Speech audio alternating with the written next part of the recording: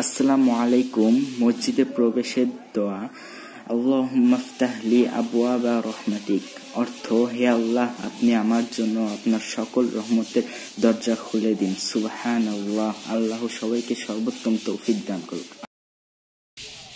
আসসালামু আলাইকুম। মসজিদ থেকে বের হওয়ার দোয়া আল্লাহুম্মা ইন্নী আসআলুকা মিন ফাদলিক। অর্থ, হে আল্লাহ, আমার উপর অনুগ্রহ করুন। সুবহানাল্লাহ। আসসালামু আলাইকুম। আস্তাগফিরুল্লাহ। এই ছোট্ট দোয়াটি এত ফজিলত রয়েছে যে আপনারা বিশ্বাসও করতে পারবেন না। একটি ছোট্ট ঘটনা থেকে বর্ণিত হয়েছে। এক ব্যক্তি প্রথমে দিনে 1000 বার আস্তাগফিরুল্লাহ পড়ত। তারপর তিনি আস্তে আস্তে দিনে 10,000 বার আস্তাগফিরুল্লাহ পড়ত।